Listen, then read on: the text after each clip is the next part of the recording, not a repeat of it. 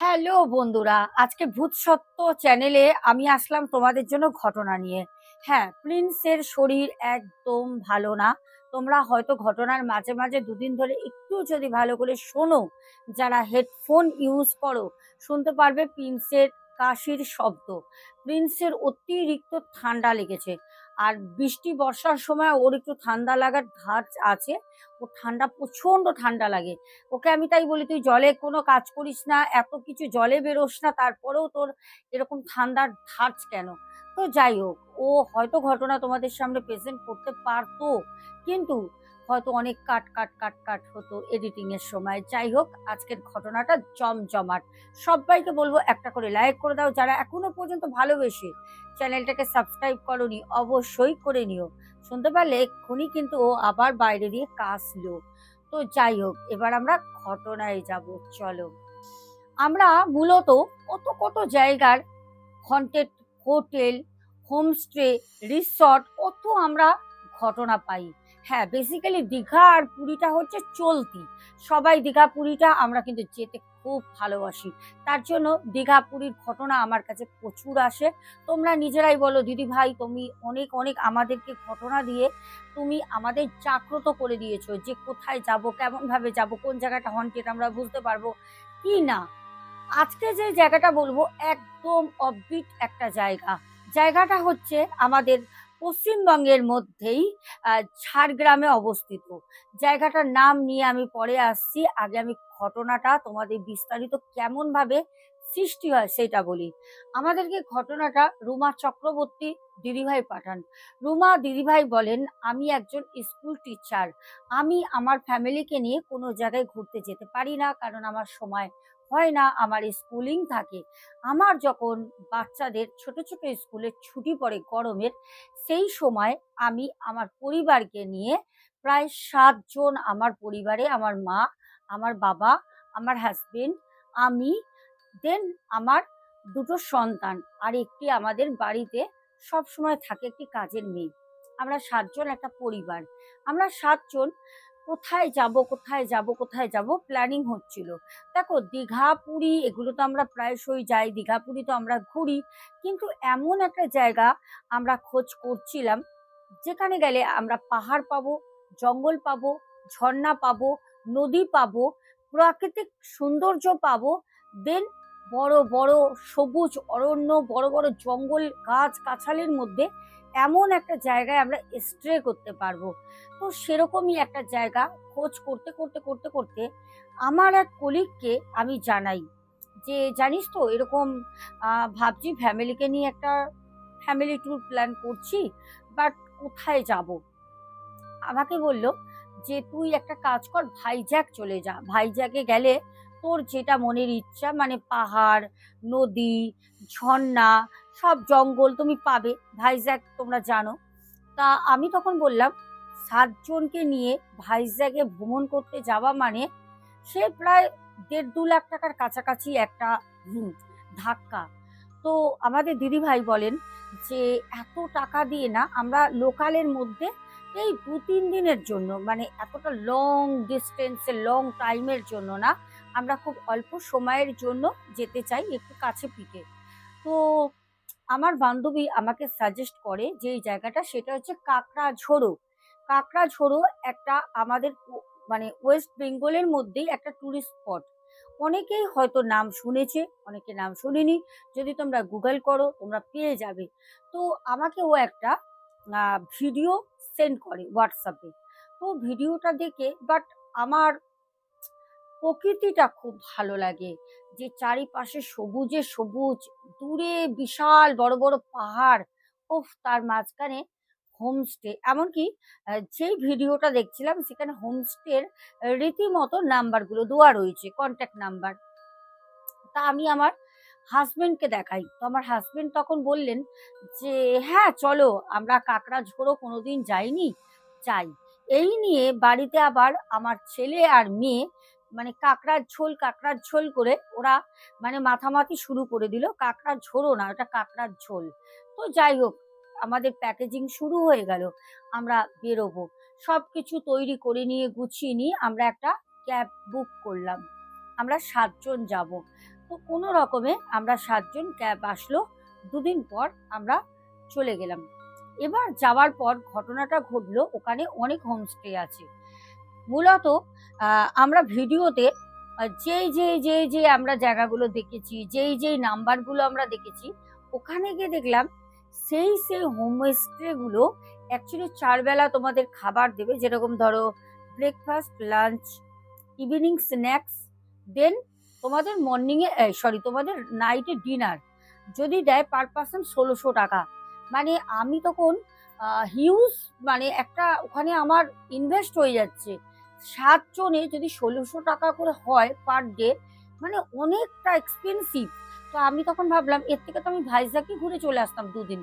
তো আমি বললাম যে না, তাহলে একটা কাজ করা যাক, আমরা আরো ২-১টা হোমস্টে সার্চ করি। তো আমরা, যে গাড়ি ড্রাইভার ছিল, যেতে যেতে একটা পরিচয় হয়ে যায় না, তো অনেকটা ডিস্টেন্স অতিক্রম করে যাই। ২২০ কিলোমিটার রাস্তায় একজন আননোন পার্সন, যে আমাদের গাড়ির দাদা ছিলেন ড্রাইভার, ওনার সাথে কথা বলতে বলতে জায়গায় দাঁড়ানো, খাওয়া, তারপরে ওনারও সাথে ওনার বাড়ির গল্প, আমাদের গল্প, এইসব করতে করতে একটা সময় গিয়ে মানে খুব ভালো একটা সম্পর্ক হয়ে যায়। সেই দাদাও আমাদের সাথেই থাকবেন। ২ দিন আমরা হোমস্টেতে থাকবো। তো এবার সবথেকে বড় কথা হয়, দাদাকে বললাম, "দাদা, এখানে ১৬০০ টাকা করে পার ডে চাইছে। মানে একজনের, মানে 1 পারসন ৪ বেলা খাবার দিয়ে।" তো এখন আমাদের যে ক্যাব ড্রাইভার দাদা ছিলেন, উনি তখন বললেন যে, "ম্যাডাম, অনেক তো। আপনার মোটামুটি ধরতে পারছেন, মানে ১২,০০০-১৩,০০০ টাকা মোটামুটি পড়ে যাবে। কম তো বেশি না। মানে বেশি তো কম না, সরি।" তো তখন আমি বললাম, "হ্যাঁ, তাহলে কি করব?" আর ওখানে এখন এরকম সিস্টেম হয়ে গেছে, মানে এখন ওখানে বলে না, এখন সব জায়গায় এরকম হয়ে গেছে। মানে তুমি ধরো একটা রুম রেন্টে নিচ্ছ ২ দিনের জন্য। তোমাকে মোটামুটি ওই 1% 2% 3% তার জন্য কিন্তু তোমাকে ওই ২,০০০ ৩,০০০ এ রুম দিতে চায় না। এখন একটা মেল সিস্টেম পুরো প্যাকেজ হয়ে গেছে। মানে তোমার মাথা পিছু হয়তো ৮০০ টাকা, ১,০০০ টাকা, তুমি তো কমাতে পারবে না। কত কমাবে? ২০০ টাকা কমাবে। এবার একা তো কেউ ঘুরতে যায় না। ফ্যামিলি নিয়ে ৪ জন ৫ জনই যায়। এবার সেখানে তোমাকে যদি হিসাব করো, খাওয়া দিয়ে যতই হোক, মানে তোমার ৫,০০০ ৬,০০০ টাকা এক দিনের রুম রেট পড়ে যাচ্ছে। তো এবার চলে যখন গেছি, কিছু করার নেই। তো খুঁজে খুঁজে আমরা ৮০০ টাকায় একটা হোমস্টে পাই। ৮০০ টাকা। কিন্তু ওখানে তোমার হচ্ছে ইভিনিং এ যে স্ন্যাক্স, সেটা দেবে না। সকালে ব্রেকফাস্টে লুচি বা কচুরি এরকম কিছু দেবে, বা ব্রেড, টি এরকম। আর তোমাদের লাঞ্চ দেবে। আর স্কিপ করে দিচ্ছে ওরা ইভিনিং স্ন্যাক্সটা। রাতে গিয়ে একদম তোমাদের ডিনার দিয়ে দেবে। তো ভালো কথা, আমরা একটু কমের মধ্যে যেতে চাইলাম। তো আমরা ওই ৮০০ টাকা করে ওইখানেই আমরা থাকলাম। এবার ঘটনা হলো, যে ওখানের মালি আছে, মানে বাগান টাগান দেখাশোনা করে, তো সেই মালি আমাদেরকে বলল যে, "ম্যাডাম জি, আপনারা কোথা থেকে এসছেন?" "কলকাতা সে।" তো আমরা বললাম, "হ্যাঁ, আমরা কলকাতা থেকে এসছি।" "কেন?" "কলকাতা থেকে তো এখানে প্রচুর পর্যটক আসে। আচ্ছা, আপনাদের এই হোমস্টেতে লোকজন হয়?" মানে জায়গাটা পুরো ফাঁকা ফাঁকা, এখনো মানে এত পর্যটক ওখানে ইজি হয়নি। তখন ওই যে মালি কাকা, তো মালি কাকা বলল, মানে উনি অর্ধেক হিন্দি অর্ধেক বাংলা বলছে। বলছে, "नहीं नहीं, यहाँ पर आता है, कोलकाता से बहुत लोग आता है यहाँ पर।" বলার পর উনি বলছে, "ম্যাডাম सुनिए, मैं आपको एक बात बोल रही हूँ, आप किसी से मत बताना।" তো আমি তখন বললাম, "হ্যাঁ হ্যাঁ চাচা, বলিয়ে।" তো তখন সেই চাচা আমাকে বলল যে রাতের বেলা, মানে ১০টার পর খাওয়া-দাওয়া করে নেবেন, আর তারপর আর বাইরে বেরোবেন না। খুব অদ্ভুত লাগলো কথাটা শুনে। রাতে ১০টার আগে আমাদের রাতের ডিনার করে নিতে হবে, আর তারপর আমরা বেরোবো না। আমরা ঘুরতে এসেছি এত বড় একটা হোমস্টে, এত সুন্দর লাইটিং, এত সুন্দর সামনে বাগান, কি না নেই! বেগুন চাষ থেকে শুরু করে, ভেন্ডি চাষ থেকে শুরু করে নানা রকম ফুল। সবজিও চাষ হচ্ছে এক সাইডে ফুল। মানে আমরা ভাবলাম একটু বসবো, বাইরে চেয়ার-টেয়ারও পাতা আছে, খোলা আকাশ, কেন চারপাশটা পুরো পাহাড়ে ঘেরা। কিন্তু সেই চাচা আমাদেরকে জল ঢেলে দিল সব প্ল্যানে। চাচা বলল যে, "না, আপনারা কিন্তু রাতের বেলা ১০টার পর কেউ বাইরে বেরোবেন না। ১০টার আগে আপনারা রাতের খাবারটা সেরে নেবেন। ম্যাডাম, মনে রাখবেন কিন্তু ম্যাডাম, আমি যে এই বাত বলেছি, আপনি এখানে কাউকে বলবেন না, গরিব আদমি আছি তো, আর যদি বলেন আমার চাকরিটা চলে যাবে ম্যাডাম। তো আমরা বললাম না, না। বলে ছুটতে গিয়ে আমার হাসব্যান্ডকে আমি জিনিসটা বললাম। আচ্ছা, বাইরে যে মালি চাচাকে দেখছিলে? বলছে, হ্যাঁ, একজন বয়স্ক কাকা রয়েছে। বলছে আমাকে এই কথা বলল। তখন আমার হাসব্যান্ড আমাকে বলে, "ধুর, ছাড়ো তো, পাগল-টাগল হবে, কি না কি বলেছে। ওসব বাদ দাও।" যাই হোক, আমি বললাম, পাগল তো দেখে মনে হলো না। কিন্তু কথা এরকম বলছিল, মনে হচ্ছিল মাথাটা একটু খারাপ, খারাপ আছে। আমার হাসব্যান্ড তখন আমাকে বলল যে, "চলো আমরা রাতের ডিনারটা কমপ্লিট করে নিই।" তো আমার হাসব্যান্ডকে বললাম, "এত তাড়াতাড়ি? কি ওই চাচা বলেছে বলে ভয় পাচ্ছ নাকি?" তো আমার হাসব্যান্ড বলল, "আরে না গো, চলো, শরীরটা খুব উইক লাগছে। এতটা জার্নি করে এসছি।" আমি বললাম, "গাড়ি করে, ক্যাবে করে নিয়ে আসলাম তোমাকে। তোমা তোমাকে কিন্তু আমি হাওড়া দিয়ে ঘাটশিলা থেকে কিন্তু তোমাকে আমি বাই কারে করে আনিনি।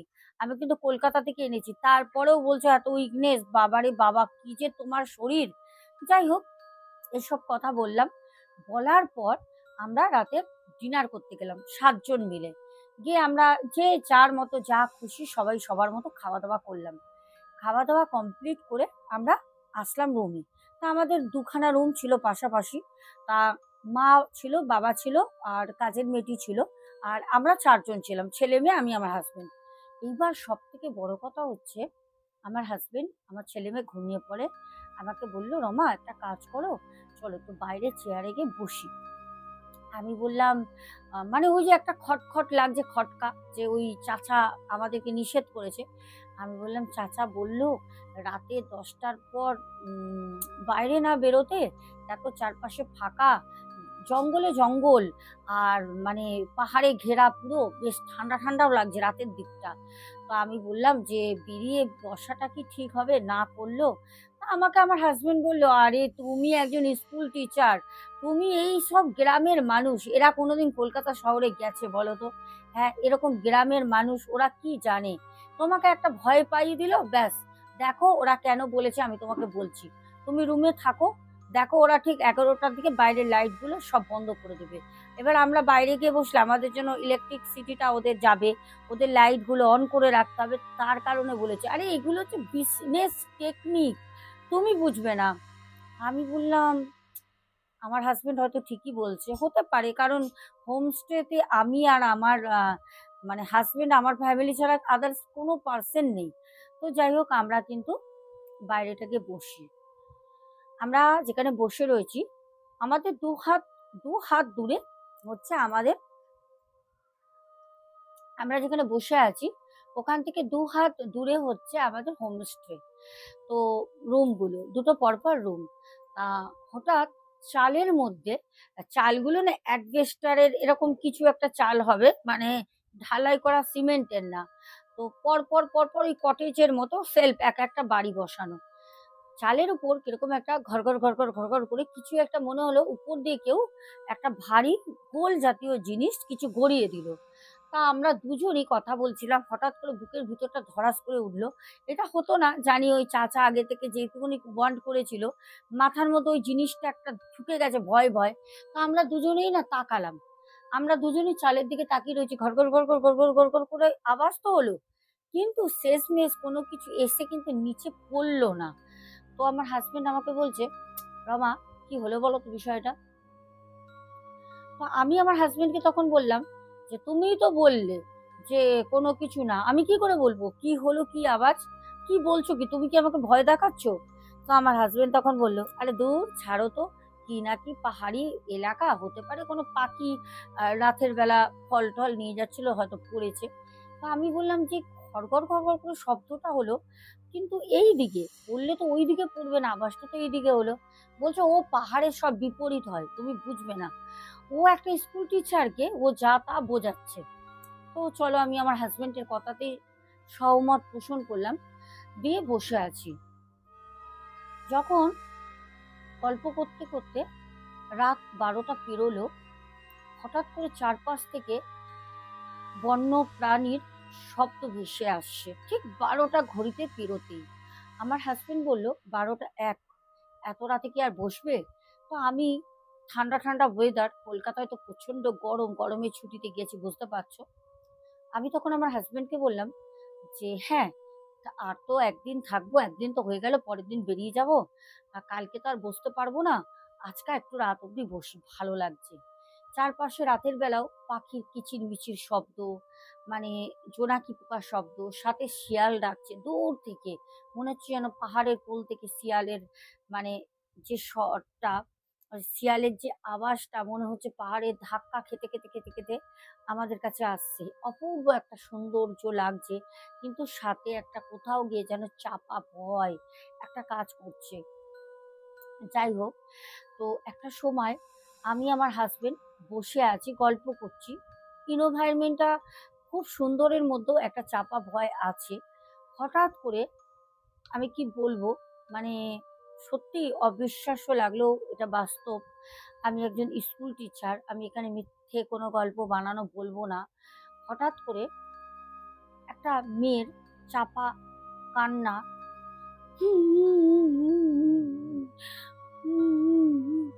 এরকম করে একটা চাপা কান্না আসছে খুব স্লো।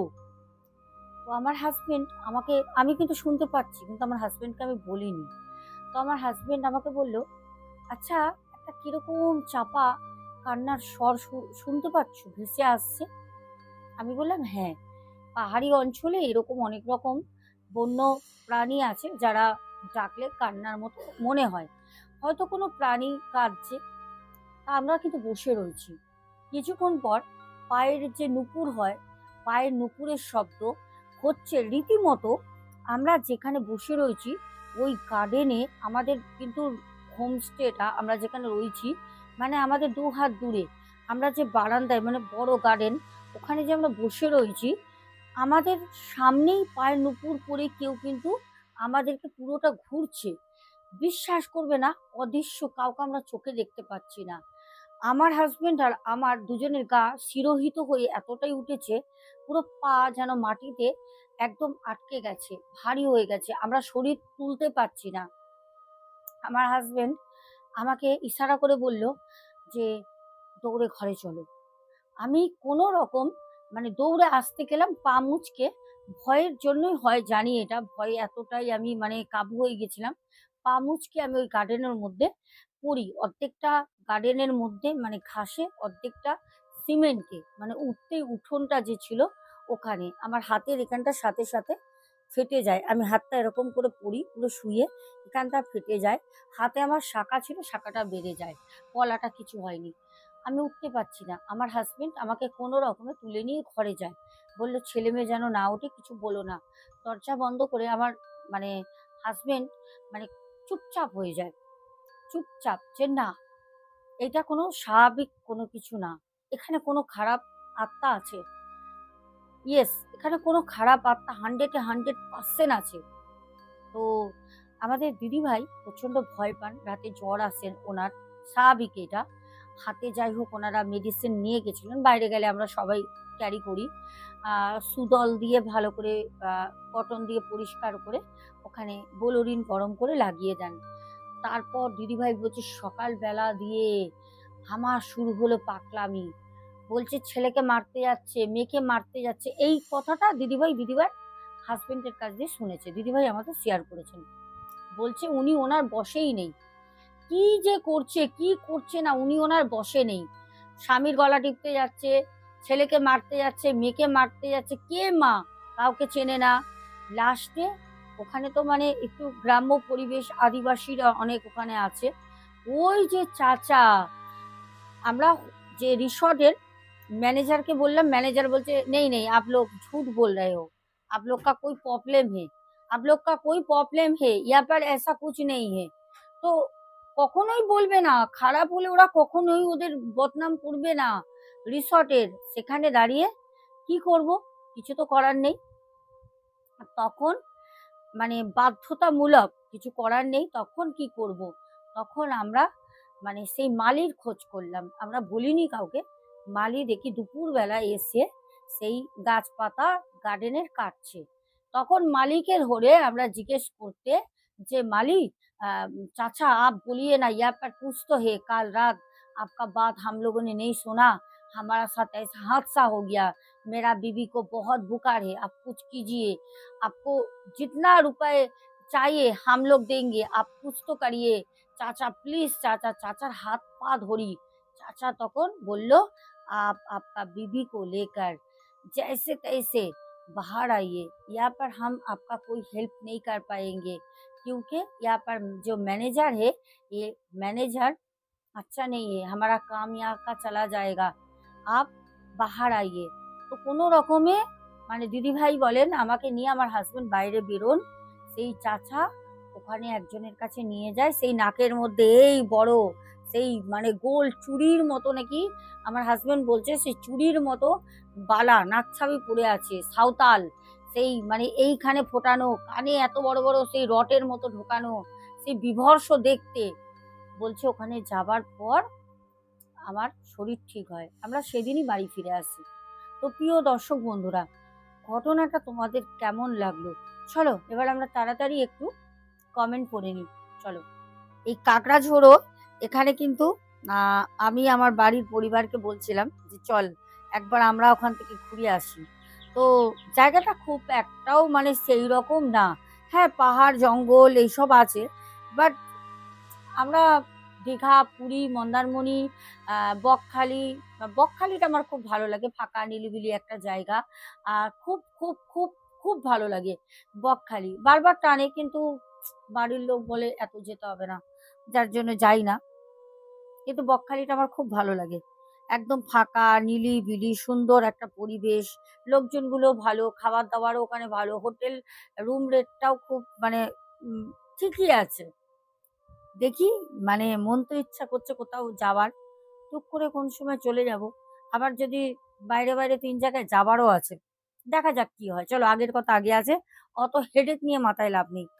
আচ্ছা, প্রথম কমেন্ট করেছিল পিন্টু ঘোষ, তারপরে সন্ধ্যা মণ্ডল দিদিভাই, স্বপ্না বাজাল দিদিভাই, তারপর তুলসী ত্রিপাঠী, তারপরে আমাদের কমেন্ট করেছিল টুকু সাবারবাল, সুদীপ্ত দি, তারপর সন্ধ্যা মণ্ডল, গীতা দাস, তারপরে জবা দেবী, তারপরে কমেন্ট করেছিল সন্তুর দুনিয়া, তারপরে শৃঙ্খা বণিক, সোমা কুণ্ডু, তারপর কমেন্ট করেছিল শুভঙ্কর ঘোড়ই, রমা কর্মকার দিদিভাই, তারপরে আমাদের আবারও কমেন্ট করেছে তুলসী ত্রিপাঠী বোন, তারপরে রূপা দে, তারপরে আবারও রূপা দে, তারপর অ্যাঞ্জেলিনা সোরেন, তারপরে সন্ধ্যা মণ্ডল, সুপর্ণা দি, টিনা আচারিয়া, তারপরে প্যান্থার গেমিং ওয়াইটি, তারপর কমেন্ট করেছিল পিঙ্কি দেবনাথ, ববিতা, ভারতী দত্ত, সুজাতা দাস, আব্দুল হক ভাই, টক ভালোবাসি, কৃষ্ণা মুখার্জি।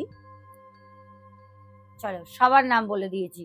তো এখন আসবো, যেতে যেতে সবাইকে বলবো ঘটনাটা কেমন লাগলো। অবশ্যই ঘটনাগুলো যদি ভালো লাগে, তোমরা তোমাদের কিন্তু আত্মীয় পরিজনকে সতর্ক করার জন্য অবশ্যই কিন্তু তোমরা ঘটনাটা শেয়ার করতে পারো, লাইক কমেন্ট করে দিও, চ্যানেলটাকে সাবস্ক্রাইব করো, পাশে থেকো। আমি চাইছি যে যতদিন প্রিন্স অ্যাক্টিভ না হতে পারছে ততদিন আমি এই চ্যানেলটায় যেরম করে হোক তোমাদের সামনে ভিডিও দেবো। এখনের মতো টাটা, দেখা হবে রাত ঠিক 10:30টায় বেঙ্গলি ব্লগার শোনায়। দারুণ একটা ঘটনা, জামাই ষষ্ঠী দিয়ে খেয়ে বাড়ি ফেরার পথে কি হয়। টাটা।